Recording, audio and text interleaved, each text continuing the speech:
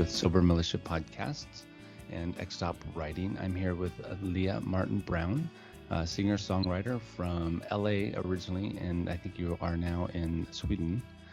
Leah, you want to go ahead and introduce yourself? Yeah, sure. I'm Leah Martin-Brown, middle name Elizabeth. I'm actually originally from Australia. Okay. So I grew up in Australia and I studied there, went to school there, and then in 2014 I was invited by a management company to come to Los Angeles, and that is kind of where I've been based right up until September. And I didn't plan to leave, but then COVID happened, so I went back to Australia. Because they don't really have a lot of cases of virus there. In my state, there's none. So I thought I'll just work on the music there, focus on my sobriety, try and get through 2020. And then my management called and said, "Hi, we need you in Sweden." And Australians could get into Sweden as long as you could get out of Australia, which I managed to do. And so that's where I am right now. And I will be 18 months sober, alcohol-free on January 9th, which is on Saturday. Very cool. Congratulations. Thank you. And so now you're in Sweden and you're working on your latest album. Yes, that's correct. I have a band called Evil. I'm trying really hard not to say because I've noticed lately that I'm saying all the time, and it's really irritating me. So I'm going to speak really slowly so I don't say it. Okay. So just pull me up on it. People listening to me must just want to throw themselves off a building, because I say it so much. So I have a band called Evil Walks. We are a heavy rock project. I've always loved heavy rock. I mean, I love to play acoustic and sing and do that, but my thing is heavy rock with my band. We released our last record in 2000 and, oh my God, it's so long ago now, 2019. Okay. And yeah, it's been a while, and so I am over here finally working on the new record. I've been doing a lot of co-writing with a lot of amazing Swedish writers that I'm very blessed to be able to work with. And we actually have a production meeting this evening with the producer that I'll be working with, Brian Howes, who actually did our first record back in 2014. So hopefully I'll have some recording dates and have a bit more of an idea of when everything's coming out, which would be nice. That's awesome. Congratulations. That's really cool. Thank you. So tell me about, the beginning. What's, you said you've been sober 18 months. Mm-hmm. What kind of got that started? Was it a long time coming? Was it something you just knew you needed to do based on the music? What kind of inspired you to go that direction? There are a lot of factors that played into this decision. I knew that I would need to, if not sober, at least cut down my alcohol intake drastically. I did know that for quite a long time. I was in denial about it, as we all are, because that's why we're alcoholics. And from about September 2018, I really tried to cut down. I did. And I was dating someone at the time who was not a healthy person to be with in any sense of the word. And it kind of didn't support my decision, exacerbated the issue while pretending not to, which, we have to be careful of that. I think that's very easy to fall into. And then finally, around my birthday, which is July 8th, I got sober the day after my birthday, July 9th. Oh, wow. So finally, around July 8th, my entire world kind of came crashing down. I get it. I didn't hit a rock bottom in the sense that I lost my job, or I alienated everyone I loved, or I nearly died. I'm sure I nearly died a few times, but probably just from stupidity, not from drinking too much. But which comes with it comes with it. But in my eyes, my world kind of came crashing down.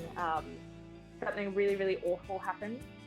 I have never experienced anything that was so terrible, and the betrayal and the hurt was just too much to deal with. And I already suffer with depression, and I have since I was a teenager. I didn't realize it was depression though. I just thought everyone felt like that all the time. Apparently they don't. Who knew?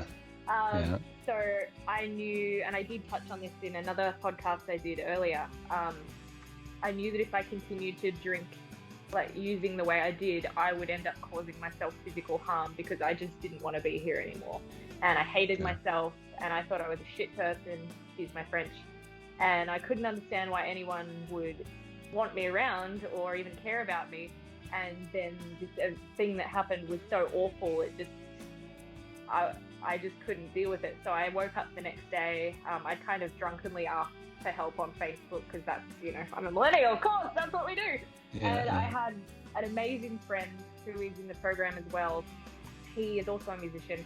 He reached out to me and he said, hey, are you okay? Like, are you all right? Are you serious? Like, do you want to come to a meeting tonight? And I said, bro, I can't. I have band practice. He's like, well, there's a meeting in 25 minutes. Do you want to go? I was like, yes, I would like to go. And that started he took me to my first 3 or 4 meetings. I got sober in Los Angeles. My home group is the Rainbow. And yeah, so thanks to him, I stepped through the doors of AA. I don't really go very much anymore because I find the Zoom calls really awkward. But yeah, so that's kind of my initial sober story. That's kind of how I got there. That's awesome. How long did it take you once you went to that first meeting to get to that point where you're like, okay, I got to do this for real? The first me going to the first meeting. That point. Yeah, I haven't relapsed. I've accidentally had some alcohol in the 18 months. I was at a restaurant the other day and ordered a non-alcoholic cider, and they accidentally gave me an alcoholic one. And I journal a lot because that's one of my coping mechanisms. Yeah. And I was very specific, and they acknowledged it. And they're exactly the same brand. They look exactly the same. The only difference is the 4.5 and the 0. Oh, so writing my journal, and I'd had it in a glass, and I was drinking a little bit. I think I had about, if the glass was here, I probably had like this much. But it was enough that I was like, oh, I feel really unwell. What's going on? And then I realized it was alcohol, and I had a meltdown. I started shaking and crying. I went up and I said, hey, you served me like alcohol. I'm in recovery. And they went, oh shit. I called my sponsor. I was like, I've ruined everything. You haven't ruined everything. You didn't drink it. You didn't mean to. You stopped. It's fine. So I've done that a few times, like once. That's awful though. What a bummer. Oh God, I was so upset. It really, really upset me. And I'm here all alone in Sweden, so I didn't really have the support network, but it was okay. You got through it. Fine. I got through it. I went home and had a bit of a cry, and it was all right. But apart from that, I haven't looked back really. I've been super serious about it. I've been very lucky to have wonderful people that support me. I really like getting all the chips. Although obviously at the moment we can't get chips, so that kind of sucks. But yeah. I've seen people that make their own, as they go through it. Yeah, if you're creative. Yeah. I haven't. I'm so upset. I wanted my 1.5 years, but I guess I'll just have to wait until one day we can see each other again. You got it up here and you got it in here. I do. Yeah. Yes, you do. That's great. That's crazy. So it sounds like you and I are very similar in our stories, because I was the same way, and I've talked about my bottom, and everybody's bottom is different, and I find it interesting how sometimes people don't understand that a bottom doesn't have to be, like you said, losing your job, losing your family, all these kind of things, being homeless and all that, for it to be just as traumatic when you're going through it. Because that's where I was at. I was, my partner and I were still together and strong when we both decided to quit together. I was keeping my job and all that, but inside I was miserable, and I just knew I was going nowhere, and I knew that this wasn't the path I wanted to be on, and I kind of stopped moving forward in life and all those kind of things. So my bottom was more that. And it sounds like you were kind of in a similar place. Yes, that was definitely, although I did not have the support of a partner at the time, so I wish I did have that. I wish I would have had that, because it would have made I think it would have made it a little bit. It still would have been hard, but having someone there to like go through it with me. I did have my best friend though. He's been sober almost. It'll be 5 years in March. So he was a wonderful support person for me. Is that the one who introduced you to AA? No. Oh, that's somebody different. My best friend doesn't go to AA. He just decided he was sober, went for a few, and now he's just. Oh, nice. Yeah. Very cool. I know. Great. So if I didn't know any better, it sounds like your experience has been pretty not a huge struggle from the day you started. It hasn't. Yes and no. I think Okay. it's been the issue. Like, it's been very easy for me to stay away from alcohol because alcohol was never something I really enjoyed. As a teenager, I didn't really do the whole teenage party drinking, mainly because my mum was super strict. But also, I didn't enjoy it very much. I'd have a few drinks here and there. I used to think people who drank for hours and hours and went to those huge parties for forever were so boring. Like, everyone at the bar. And then I started drinking so heavily because there were a lot of not issues. There are a lot of things that happened to me that I didn't deal with. And I did that thing, there's so much talk about it now in the last year. And I wish that this had been available when I was growing up, because bad things did happen to me. Some of them I did directly cause by my behavior or putting myself in dumb situations. But others are things that I had no control over. But I thought because they weren't as terrible as some of these stories you heard, I was like, I can't be upset about this. This isn't, you have no right to feel like this about this. So I would just bury it. And there were certain things that really upset me, but I knew that if I vocalized it, I might unwittingly hurt someone that I care about, because maybe it was their behavior or something that they'd done that they didn't necessarily, they weren't doing it to hurt me, but it still hurt me. And just from childhood, just burying and it just became too much to deal with. And then having depression, and I just didn't think so. So I would drink to forget about that. So that's been the hard part for me. The mental struggle has been very difficult. I hit a really good point after my 6 months. Once I hit 6 months last January, so about a year ago, I had been really, really dark and just everything sucked. And then all of a sudden I finished my 4th step, so that may have had something to do with it. And then finally I did the 4th step actually, and I just felt this relief. It was very spiritual, and I started doing a lot more meditation and a lot more yoga and journaling. And I'm someone who doesn't like to tell people how I feel, so I actually started telling people how I felt, and all of a sudden it kind of changed. So ever since then, it's kind of been pretty okay. That's awesome. And that was my beginning of my sobriety. Was I decided on day 1 to start writing a blog. And it was like, I'm going to just put out what I'm feeling out in the world. And I still look back and attribute that to being what made my experience so, I call it easy. And I think that upsets people sometimes, but it has been. And I think that was part of it, was just being able to sit there and just put it out every day, sat down and put it out there. And it's not even putting it on paper for yourself. It was putting it out there. And I think that was pretty healing, Yeah.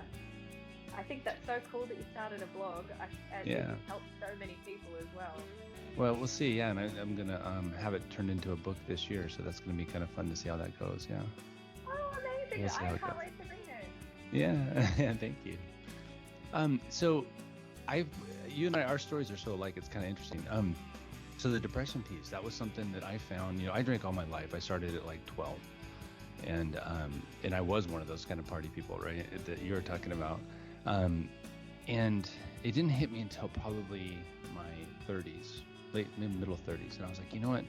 I think I have depression. And it started to kind of hit me like there's something wrong, right, with this whole thing. And then from there, that kind of just made it worse for me, especially with the drinking, right? Because I'm like, well, I have this thing. I don't know what to do about it, so I'm just going to drink more. And I kind of went that direction for a while. But then when I did quit, and I went through therapy for a while before I quit drinking and before I made that final step, but when I did, I felt like the depression almost instantly lifted. Did you have an experience like that? Do you feel that way now? I mean, you said you had the first kind of 6 months that were a little dark, but maybe after that is when it shifted for you? I definitely still have dark moments. Back in 2015, I finally went and saw a psychologist, and I do qualify for meds, but that's something I don't want to do. But it did definitely lift. It became a lot easier. I do definitely have very dark moments still, but I know what they are now, and I understand that it's just in my head, and I have coping strategies that I put in place. And I also have at the moment, especially over being here in Sweden, I've felt it a little bit more than usual. But I am separated from my dog, who was prescribed as a therapy animal, which is very LA of me. But he's a really big dog, so it's not like it's I mean, no offense to Chihuahuas, but he's a big dog, so you can like cuddle him like a human and stuff. So it kind of, anyway, yeah. So I am separated from my support network physically. I am separated from my dog, so it does get a little harder. But yeah, overall, I feel so much better. I will still have, I mean, I'm sure you do too. We all have our days, but. Yeah, and I think that's the difference, right? And I think what I learned, and I've said this before, one of the biggest things I learned in sobriety was the idea that it's okay to have a bad day. Yeah. Because I think as alcoholics, we don't understand that. If we have a bad day, we have to bury it, we have to drown it, we have to get away from it. It's like it's not okay to feel that way. And I remember the first time I had a bad day, because everything was going so well. I was feeling really good. I started writing, I was doing all the stuff I was doing, and I had a bad down day. And I remember thinking, oh no, is it over? I was like, is it going to end now? Am I going to go back to it? I had this panic attack, kind of like, what is happening? And then I just kind of dealt with it, got through the day, and the next day was better, and I was fine. And I'm like, okay, it's okay to have bad days, we're human. Yeah. And I think we forget that as alcoholics. Yes, 100%. All the feelings, feeling all of these things, the alcohol buries it, and you don't, even if you do feel an emotion, it's kind of like there's a little fluffy thing on top. So even if it is sad, you're like kind of sad. Yeah. So now that's a good way to explain it. Yeah, it's like now you just feel it so intensely. You have a bad day, like, oh, the world has ended, my life is over. You're like, you are being so dramatic. Go to the fridge, make a sandwich. You'll be fine. Eat some ice cream. Do whatever you need to do. Chill. It's changing that, I call it just redirecting, right? And it doesn't take long. That's what I found. All you have to do is change what you're doing for 10 or 15 minutes, and your mindset will shift, and you can kind of move on. Yeah. I've even taught it. I have an 11-year-old, and I've taught it to him. This, we call it changing the channel. And I think it's such a perfect way to think about it. If you're having that bad day, it's like just change the channel, go a different direction, you'll be okay. Yeah. Awesome. So the artistic piece I think is interesting. I had started writing a long time ago, and it was something I really loved, and I kind of fell away from it for some personal reasons.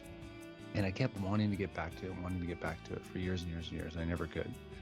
And so when I started writing after quitting, the first thing that kind of popped in my head was I was enjoying it. I thought it was a great thing. I'm like, well, how am I going to keep this going? Am I going to be able to keep staying creative with what I'm trying to do and all that? And, I've been doing it for over a year now, almost every day. And it never goes away. Just, I keep coming up with things to say, and I keep, creating, which I never thought I'd be able to do. And I attribute that to the sobriety, where most people will talk about artistic types being alcoholics and drug users and things like that to help with the creativity. And I find that to be completely opposite now. How's that affected you with your artistic side? Honestly, it's funny. I did a podcast a few weeks ago exactly on this topic, so this is great. Cool. I have found that my creativity is tenfold. I was very lucky that I was never someone who drank while I was creating. That's not something I was doing. Like, work was work. Yeah. Playing shows, different story. Absolutely different story. But the drinking did affect the creative side, because I would turn up to writing sessions hungover, or I would turn up to the studio, at least pre-production, really hungover, or I'd be, just having a bad day from 2 or 3 nights ago that still, because it lingers. I said it again. Yeah. It lingers. So that really squashed it. I found it was harder to use my brain and think of things, and I didn't find it as interesting. Whereas now I have so many emotions and things to think about and write about, and if I don't, it's easy for me to find some. I've always been someone who believes that I'm sure that there are artists that use because they believe it helps them create, but I think a lot of artists, we are kind of tortured souls. So I feel like we use the creativity thing to justify it, whereas actually what we're doing is running away from whatever it is that's torturing us. Yeah, for sure. Yeah, I think that really common phrase from Hemingway, where it said "write drunk, edit sober," that everybody talks about, and I've looked into that since becoming sober and found that he never actually said that. Hmm. I thought that was kind Yeah. of interesting. There's so many things. People can kind of, I feel like people can just make up quotes these days and stick it and be like, look, he really said this. The internet said Yeah. so. Yeah, yeah. Well, I'll tell you what would you say if you were talking to somebody who was new, like your friend that you ran into that first time, and you knew somebody who was struggling, and let's say, in this world of being online where you can't take someone to a meeting, what would you tell someone as a piece of advice as they go into their path of sobriety? What would be the one thing you would offer? I think the first thing I would say is it has to come from your heart, and you have to really want it and understand why you want it. If you're doing it because your friend said you need to get sober, or you're trying to please your mother, or you just think it's something you should do, then it's going to be really hard for you because you don't genuinely want it. You might need it, but you need to understand that you want this change in your life. In the nicest way possible it is to say that. And the second thing is just understand that it is going to be really hard. It's going to be the best thing that you ever do for yourself. But at the beginning, it's not going to feel like that. It's going to feel shit. You're not going to enjoy it. Anyone who says that they enjoy the first 30 to 60 days or even 90 days of sobriety is lying to you. Or at least trying to lie to themselves to make it through, because it's really tough. Changing. I like to think of it as when you're referring to a new routine or a new diet or a new exercise or even a new habit you're trying to form. You're breaking the habit of drinking, and that takes breaking a habit. What takes 3 months? Something like that. Yeah, I think that there's some thoughts around that. Yeah. Yeah. So it's kind of like you're doing that. So you're going to get cravings. You're going to really want to eat lots of candy. Eat the candy. Better than having a vodka. Yes. And I like that you said the whys. I've written some about that, and it's something I'm trying to dig into a little bit deeper, is this idea of finding your whys. And one of the things I'm starting to lean towards as I've gone through this is when you think about why you drink or why you want to quit drinking, and I'm starting to kind of get this feeling and this idea that I'm trying to put out there that the whys generally don't relate to alcohol. That they're deeper than that, they're bigger than that, and alcohol is a symptom of the problem, but your whys are much more personal, much more inner. And does that make sense to you? Do you understand what I mean by that? You're absolutely speaking to my soul right now. Okay. I 100% agree. I think that's absolutely bang on. Okay, that's great. Yeah, because I think the alcohol's there. It became a thing, but it's not the thing, And we got to kind of find ways to dig a little bit deeper in that, find out why we were doing those things to start with. So, and it sounds like that's what you did, especially when you hit that 6-month point. You kind of like went over that step, and then after that, it was like, I got this. That's great. Yeah. Well, that's awesome, Leah. Thank you so much. Why don't you tell us a little bit about where we can find you, where we can expect to hear your music, where we might see you, website, all that stuff. Give us your plugs. Sure. So if you want to follow me for more random music updates, sobriety, excitedness, is that a word? It is now. And general anything, I can be found on Instagram, Adventures in Plastic Land. I also have my own website, because of course I do, leahmartinbrown.com. You can find me on Facebook. My band's name is Evil Walk. That's EVOL, like love backwards, or short for evolution. You can find us on Instagram, Spotify, YouTube. We have a website too. We are also on Facebook. I also have a few random recordings on Spotify that I released during quarantine when I was having a particularly bad mental health day, and it turned out okay. So yeah, pretty much everywhere. That's awesome. Yeah, and I've listened to some of your music, and it's really good. I really like it a lot, so I'm looking forward to seeing what you guys are going to do. Yeah. I really appreciate that. Thank you. You're welcome. Well, and I'll have your links on this video too, so people can see how to find you. And this will come out here soon. So thank you so much, Leah. It was really nice to meet you. I really like your energy. I like everything you're doing. I feel like you and I kind of have a definite connection in how we have approached our sobriety. So that's really kind of neat. Yeah, thank you so much for having me. I was super excited to do this. I'm always down to have a chat and spread the message. Awesome. Well, maybe we can do it again sometime once you get moving a little bit further along. Awesome. I would love to. Maybe the album stuff. All right. Thanks so much. No worries. Bye-bye.